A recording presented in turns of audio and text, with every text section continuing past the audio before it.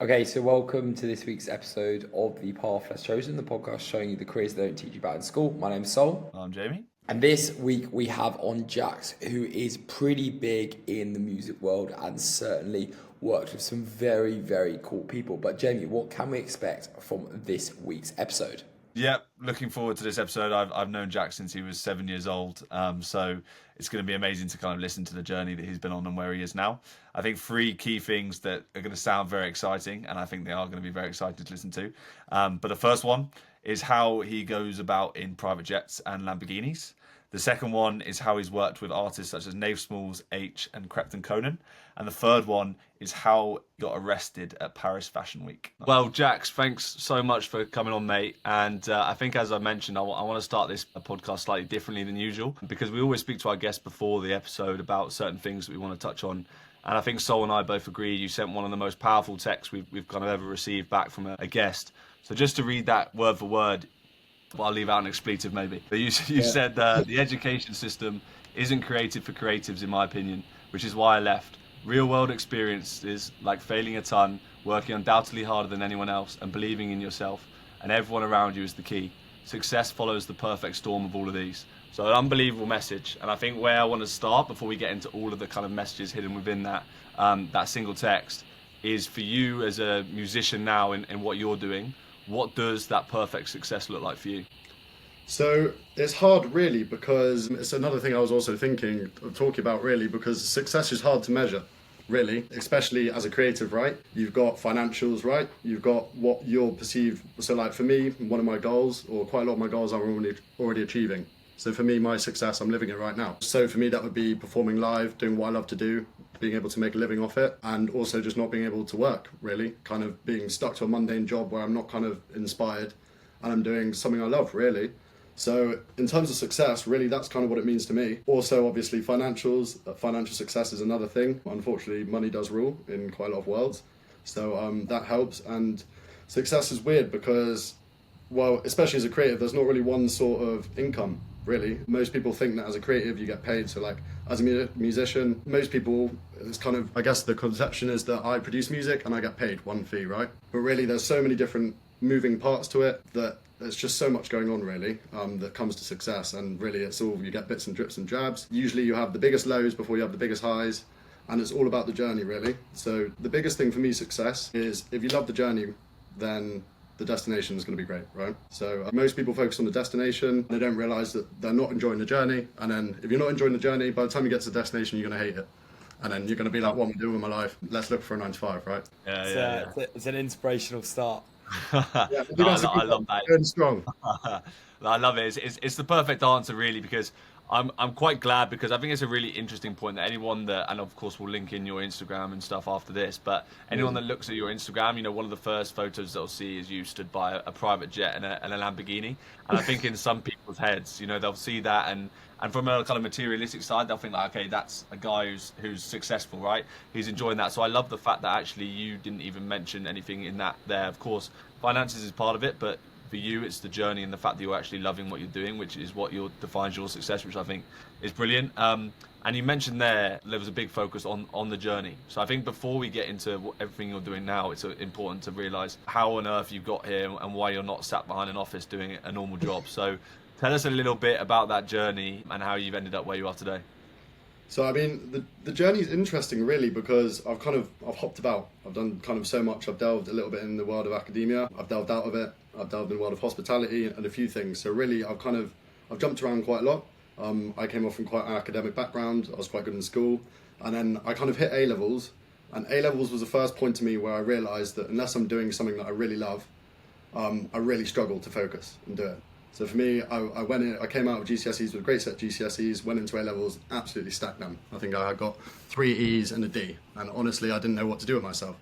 So at this point, I kind of faced with the decision: do I go and study something academic, or do I study music? And I decided to take a risk then, basically, and go to study music. The interesting thing about this, which I didn't realise would happen, was I found out when I was studying something I loved, I actually ended up hating it. So for me, this was a big conflict, because I'd hop ships to do something that I thought I'd love, And then I realized when you're so passionate about something and you're not being taught how to do it or nurtured the way you like to do it or the way you like to express yourself, you end up hating it even more.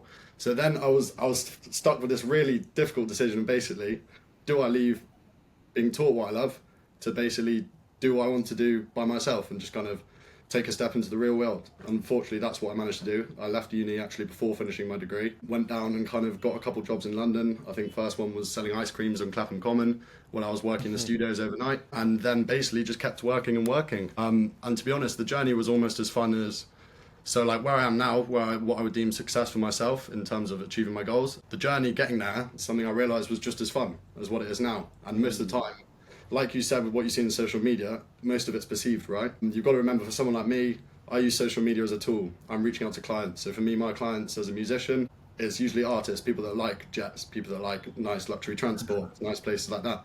So although, yes, I'm theoretically living that life, it's not all the bells and whistles, and most of the time it is the journey, really. Yeah, that's super interesting, mate. And what, like, when you say, I mean, just for people listening, to be very clear, when you say, oh, well, you found something and you dropped out for it, like, give us, like, what exactly was that calling? So I was very fortunate that I had a good friend that was he started making a good name for himself in the music industry. And this is kind of reflecting back to one of the points I think Jamie picks up on the original text, is always treat others with respect and never doubt anyone and always love them, because as it comes around, most of the opportunities I've had since coming to London, I've all got from people I already knew, people that I'd helped out in my past life that have come back in. People like Jamie, for instance, you know, people like, this was my friend who's done really well. He got signed to a really good music studio. I think I spoke with you about him briefly, Jamie Conran, who's also, funnily enough, from Exeter, where we grew up. And basically he said, come down, send me some work, do some bits, get a part-time job and see what happens from there. And so really, that was kind of what inspired me. I also then got hit with COVID as well, halfway through uni. So I was then faced with doing the last kind of 2 years of my uni degree online, behind the screen, kind of like what we are now, but being taught music and how to play jazz and all that, it's just not the same. So those are the two main real factors. I took the risk, and then COVID really made it easy for me to make that decision. One thing I picked up on there that you talk about, I think a lot of people that maybe, well, I mean, we've had a couple of musicians on before and spoken to them, and there's a common theme that comes up, but I think also just anyone in the general public sphere that listens to about the music industry, about how cutthroat it is, how difficult it is to make it, etc. A lot of them talk about like people that are getting like a lucky break and things like that. And I find it really interesting there that you said everything you kind of got to at a stage when you first started making some ground in the industry and making progress as a career is that you got it through people that you know. And I think to go maybe more in on that point, I love the idea that, you know, this is because you treat people with respect and how you want to be treated, and that means that they're always going to end up giving you something in return.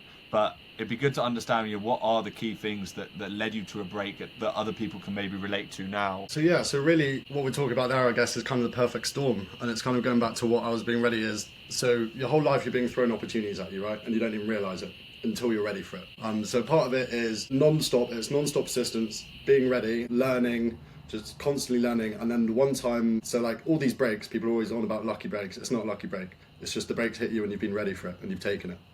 It's something I've kind of had to learn, really. I've done work for people where I've demanded things, and to be honest, you usually end up working with them once. And then I've realised that if you start kind of helping people, not only, so you work for someone, and usually what I do is I'll do a few things for someone and not expect anything back.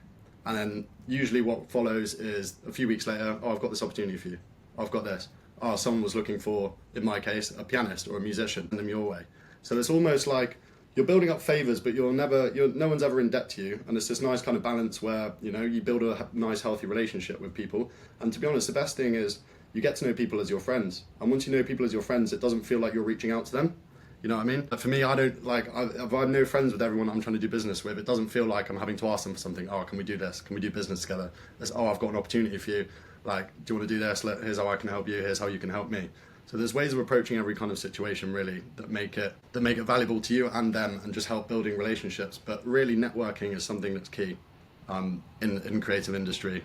It's kind of one thing that's not really taught about. It's kind of something, going back to almost what I was saying about how the industry is kind of, it's not geared towards creative. They don't teach you how to network. They don't teach you the value of building creating relationships. They don't teach you how to, you know, how to sell yourself. They don't teach you how to build a business. All of these things which creatives thrive off, they don't teach you. To move it slightly on then, it'd be interesting to get into the nuts and bolts of exactly what it is that you do, because I think for Soul and I, you know, we see it from the outside, like you say, across social media, etc. It looks awesome, looks amazing. Like I always see you, whether you're on a stage, whether you're next to a private jet, whether you're like making music on a piano, like a keyboard, I'm probably supposed to call it, but like, it always looks amazing. But what are you doing from a day to day? Give us a bit of background as to what exactly it is that I guess is your career now. Yeah, so day to day, kind of like what I was saying earlier, how there's never really one source of income. There's never really one stream of thing you're doing as a creative. There's lots going on with me, really. You have the music side for me, so I work as a freelance producer. For me, my gap in my gap in the market, or the unique selling point for me, was making jazzy loops. So people like, I'm sure you've heard of the rapper Nux, who came up maybe 3-4 years ago, using kind of very jazzy loops. I kind of noticed this and realized that so the friend that introduced me into the music world, it's all kind of the rap, trap, and kind of hip hop world. So for me, I was thinking, great, there's a market there for rap, for jazz, and I'm a jazz musician that's just arrived in London, and I believe in myself. So for me, that was really what I do mainly at the moment. I make loops, so I send them out to producers, I get money in through that, and then when they release it, I get royalties through that. That's one thing I do. I'm fortunate that because I'm playing the instruments, I then get to perform it. So I perform with people like, I perform with Nafe Smallz, Aitch, Krept Konan, loads of people like that. So it's all quite fun. That's probably where you get to see the lovely Instagrams of me jumping around on stage, right? And then also, there's another thing I work for. So I used to work for a creator members club called Soho House doing memberships. So through that, I actually met, and this is also quite interesting, but I met my current business partner, who I direct a company right now, an events company. I met him actually at the bar at Soho House. So Soho House really taught me the power of networking and really being open and talking to everyone. It's kind of like almost something like out of, what's the Leonardo DiCaprio film, Wolf of Wall Street. It's very like that. I'll give you a company, you leave this, you work for me. And I was like, go on, cool. That's the kind of risk I'm on. So I currently work with him. I direct an events company for him, and he has his own investment firm. I do events for him using his sponsorship, giving him exposure for his hedge fund and his brand as a creative brand. And then also I get to do my events, promote my own music, get my own artists in it. And it's kind of a full circle thing, all the way down to writing the music, selling it, performing it, and then also hosting the night. It's the full circle. So that's what I'm trying to captivate, really. And then I'm also helping, part of his hedge fund, I help him do creative investments. So we do things like buy commercial property, and then I basically look for creative tenants. So I have access for, most of my clientele are people with loads of liquid money. So it's footballers and people that probably you deal with similarly to me. So I also kind of get them to invest in his commercial property. So like I was saying, there's loads going on. There's loads of different kind of individual streams, and it's hard. That's almost the biggest question when you ask what I'm doing. That's the hardest one for me to answer, honestly, because half the time I don't know. Half the time it goes from, so like last week I was in Paris. I sponsored a fashion week after party for a clothing brand.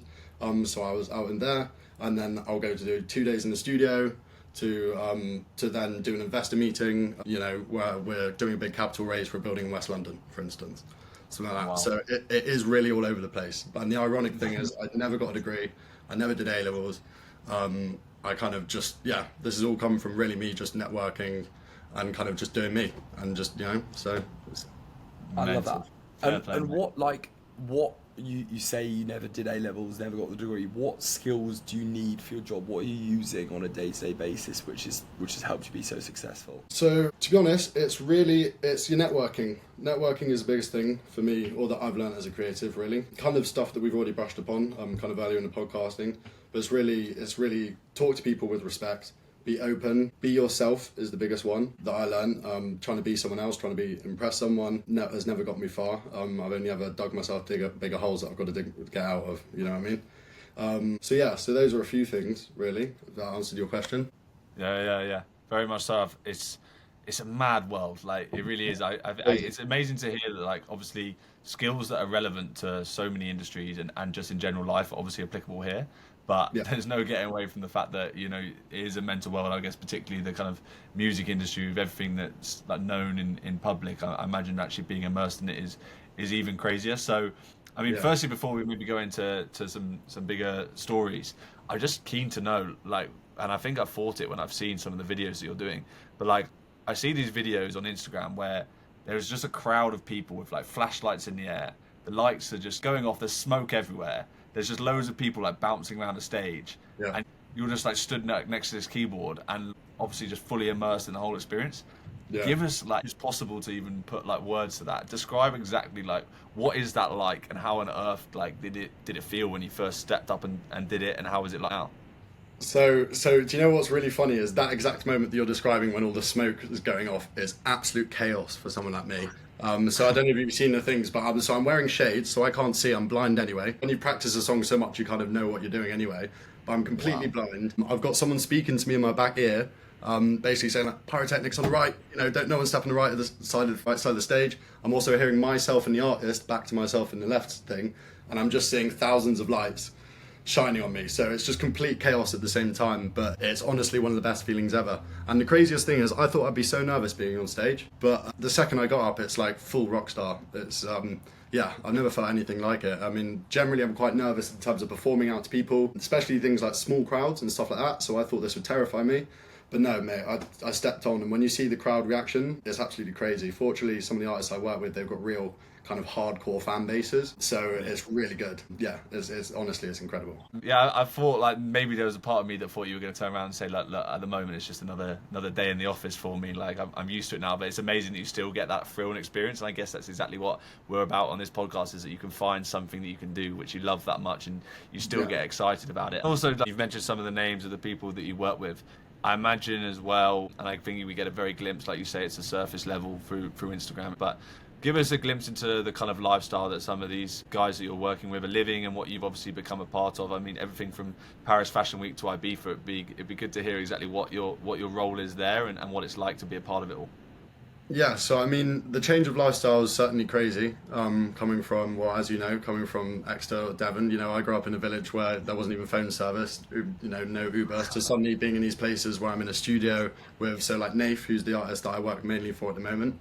I think one of the first times I met him, I'm producing really nervously at the front, and I kind of turn around, and he's had someone come in with like a cart with 4 wheels and start cutting his hair while he's writing lyrics, you know what I mean? And this is a guy like in a nice butler suit, and so it's a completely different lifestyle. I'm turning around like, do you like this? This sounding good, And he's like, yeah, it's proper nonchalant, and just kind of, getting his hair done up, and he had his jewels out on the side, so it's a really funny life.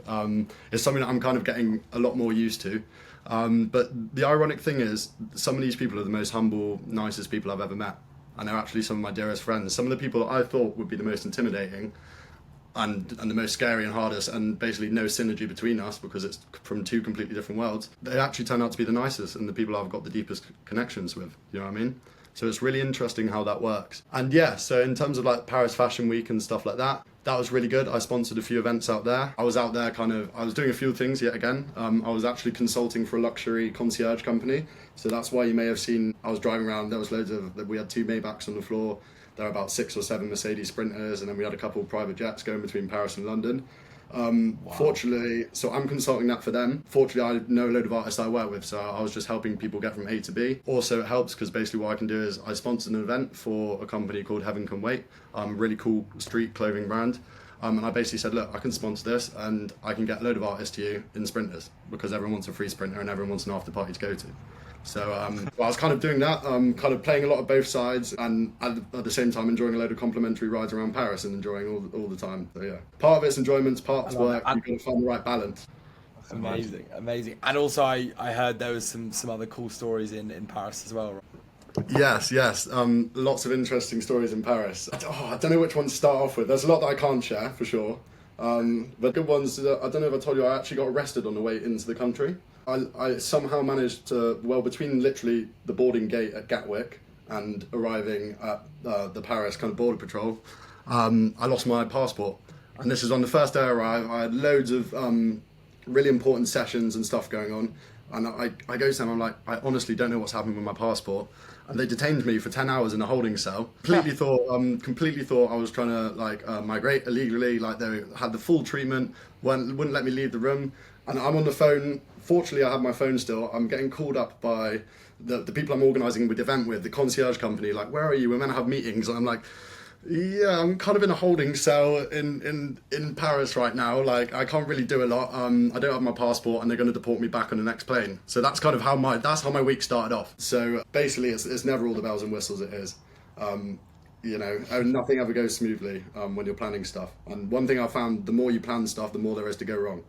It's almost better to love that. freestyle and be prepared. And it sounds like from everything you said so far, it sounds like it is just the most crazy, hectic lifestyle. Like, how do you keep a balance, and how do you keep your kind of head screwed on with all this chaos going around you? So the good thing for me, I guess, is piano is very relaxing to play. So I like to get my hour and a half of piano in. I'm probably sure, as you can probably see, I'm in my home studio now. So I've got this all set up. This is just kind of at the end of my bedroom, my studio room. So really for me, I do like to spend, it probably looks like I'm a socialite, right? It looks like I'm always out, I'm always at parties, at events. But the ironic thing is I'm actually most of the time I'm in a dark room, probably, as you can see, by myself, right? To my own thoughts. So I do actually spend quite a lot of time reflecting on what I do. Playing piano, making music. I don't know if you can see, I've got an absurd amount of house plants. I've got about like 33 exotic plants in the background here that I look after, because I wanted a dog, but I move around too much to have a dog at the house. So 33 exotic plants was the next option. So yeah, but there's a lot. That and sauna. Sauna's a great way to relax. Amazing. Yeah, it's fascinating. I mean, fair play. You need to find time to take a step back, right? You can't just always be on it. I think one thing that I wanted to ask is, on when we chatted before, you said actually there's a kind of balance and a barrier, I guess, to kind of cross where people can realise that actually making it as a musician and in this industry, even though it's perceived as, I guess, cutthroat, actually isn't that far-fetched, and it comes down to just a couple of things. So we want to kind of hear your honest answer and thoughts on it. But what are the key things that someone listening that wants to make it in music needs to get on top of to then be able to get into a position where they're at Paris Fashion Week and going back in private jets? Yeah. So really, the biggest things for me. So well, first of all, I work with so many people. The people that everyone deems are successful, and they work part-time jobs on the side. And this is kind of, and they do other things. And so like kind of brushing back to what I was saying about success is it depends how you measure success. Because if you measure success by getting rich, then I'd probably advise, going to do finance or something like that. If you measure success by the quality of life you live, then I would measure success by kind of potentially what we're doing as some creatives. I think there's a lot of ways, in terms of advice, there's a few things, most of them we've kind of already brushed upon, right? Be prepared to take risks. You want to find your unique selling point, because the problem with this world is there's loads of people trying to do the same thing. And the second you can find something where there's a small market for it, you take that to the wind and you extort that as much as you can. If that doesn't end up doing, go again. It's non-stop. So I mean, I've had failure so many times. I've got hundreds of songs with people that have never come out. The first week I moved to London, I did a session with Sam Tompkins, who now supports Justin Bieber, and Chipmunk, or he's now called Chip. He's now the rapper Chip. We have the most amazing song ever, and 3 years later, I'm still begging them to drop it, and I'll probably never drop it. And I've got hundreds more that I've probably never heard about. So really, you've got to be prepared for the journey, which is kind of what I was saying before, is like, it's going to be a long journey. And to be honest, like, there's some rooms where if I wasn't in that room, I'd probably still be on the journey now, I'd probably still be grafting. I'm still grafting now, but I'd probably still be a few steps behind. So this is really where it's important to enjoy what you are now, find out what you love, and just really take it to the hills. And if that doesn't work, you go again. It's just non-stop, really. And it's kind of that attitude that I've found resonates within all the people that are successful, kind of that I'm surrounded by at the moment. It really is that attitude. Amazing. And I love that. And it must be such a good crowd to be in, like, a very entrepreneurial, very, very do-it-yourself sort of crowd, right? Yeah, so actually that's another good one as well, is you want to be out of your depth. You want to be out of your comfort zone. So it's a good thing you mentioned that, really. I've noticed that the comfort zone is a horrible place to stay, and you kind of end up going crazy and kind of not really doing a lot in the comfort zone. I've found pressure makes diamonds. And that's what they say at my work, really.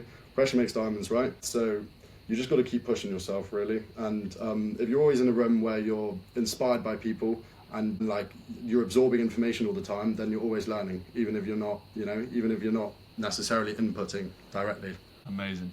Wow. Yeah, really powerful stuff. I think it's really insightful as well for anyone listening, that I'm sure there's a few things there that maybe just clicked in their head. I think it's important we touch on it, the first line of the text that we read out at the beginning. And I guess this is slightly away from your career and what you're doing now, but we've had a few conversations around this on the podcast, as we always like to pick people's brains, as we think, I think this is why we're doing the podcast, because we think there is a kind of problem in the system that's pushing people down certain careers. So based on your comment, which was the education system isn't created for creatives, which is why you left. I just want to understand that in a bit more detail. Why is it, do you think, that the education system is not supporting people that want to do a career path that you're doing now? Okay, cool. So it's interesting because there are a few kind of contrasting views and stuff like that. I also have this conversation quite a lot with my business partner, who I suggested would be good on the podcast. So he shares a very interesting view. Creators feel that no one understands them, and that synergy is deep within whoever I've spoken to, no matter how successful or unsuccessful they are. So that is really a massive thing. So it's not necessarily that I think it's holding it back, but I think it's outdated for the current world that we're in.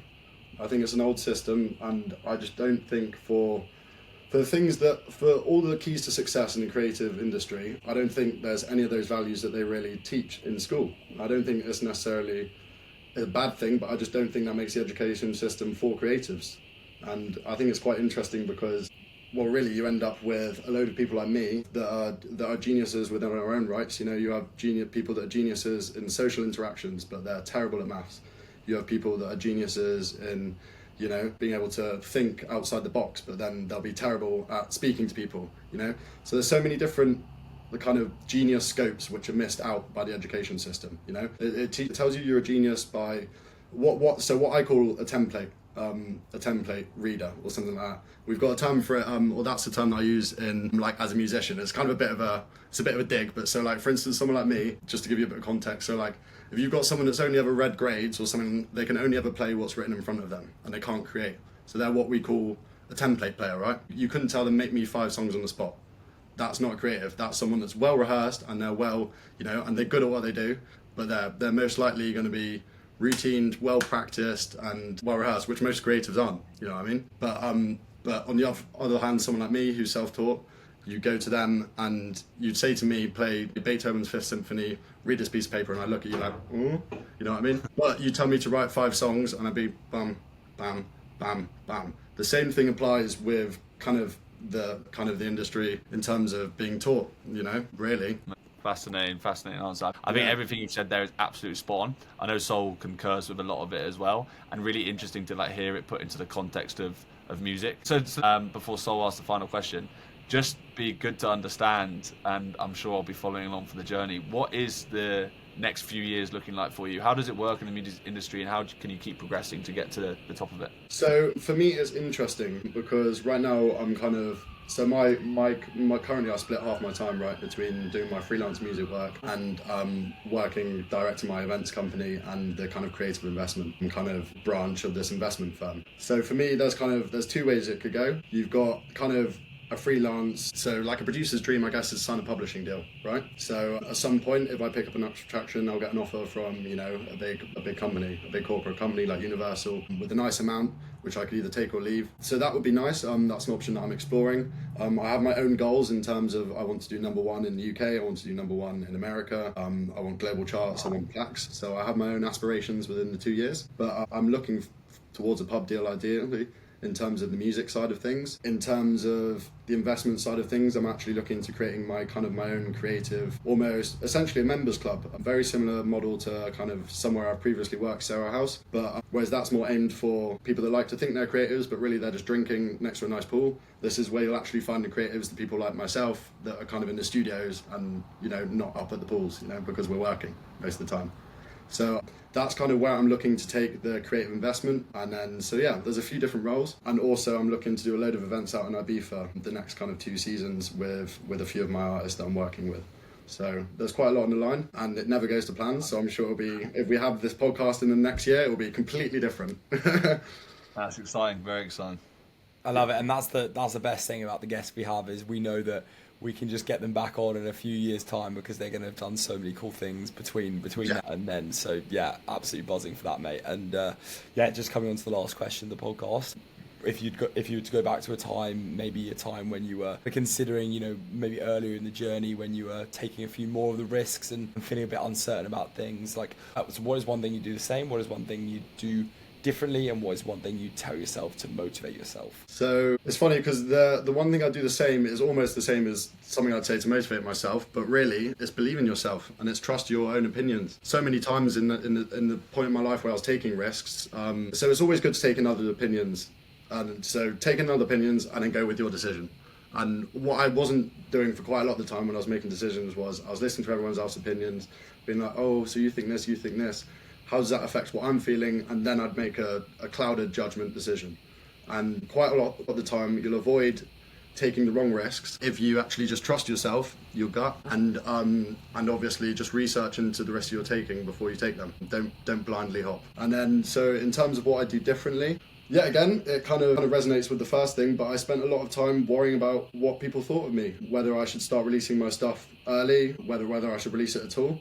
And then every time I've ever put something out into the world, which I thought people would hate, I've only ever had positive feedback. Whether it's constructive, whether it's amazing, whether someone's passed me on to someone. So yeah, really, it's that. It's don't doubt yourself, put yourself out there, and then yeah. Is that to motivate yourself as well? So this is what I mean. I was reading it. I was like, these are kind of all three of the same thing at once. No, I agree. And it's funny because quite a lot of the things I'm saying, I'm trying to differentiate between them, but they all kind of come together in one kind of great effort. So sometimes I do struggle myself to find the words to describe them. But yeah. I think you've summed that up perfectly. Like that's exactly what I was going to say about like this podcast as a whole. I think all of your messages, although like they can be said in different ways and you can use like different anecdotes and different stories, etc., to kind of portray them, they all come down to the same kind of messages. I mean, firstly, it's clear like how hard you work and how hard you kind of want this, but the way that you've applied yourself in certain things around networking, taking these opportunities, continuing to kind of embrace all the like the excitement of it all, and continue to put yourself outside your comfort zone, even though like, you know, you're doing really well at the moment, but clearly the reason why you've got so far is because you're constantly kind of striving to go to that next step. So thank you so much, mate. Brilliant episode. We knew it was going to be as soon as we kind of had you come on and send on the voice notes, and we were like, yeah, this is going to be fascinating, but some brilliant lessons and messages in there, and obviously an unbelievably exciting career. So hopefully if people weren't listening to the world wisdom and the life advice, at least they were listening to some interesting stories. So thanks again, mate, and yeah, we appreciate you coming on. No worries. Thank you, guys. I just want to say I appreciate you guys and everything you do. Honestly, it's good to have a podcast that kind of highlights these issues, you know.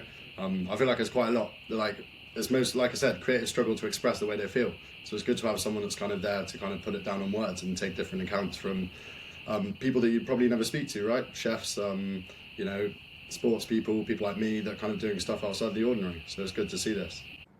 Unreal. Let's get into the takeaways. Jamie, do you want to kick us off? Yeah, I think my biggest takeaway, and I don't want to sound like a broken record, so I'm not just going to say networking, but it was the way that he spoke about networking.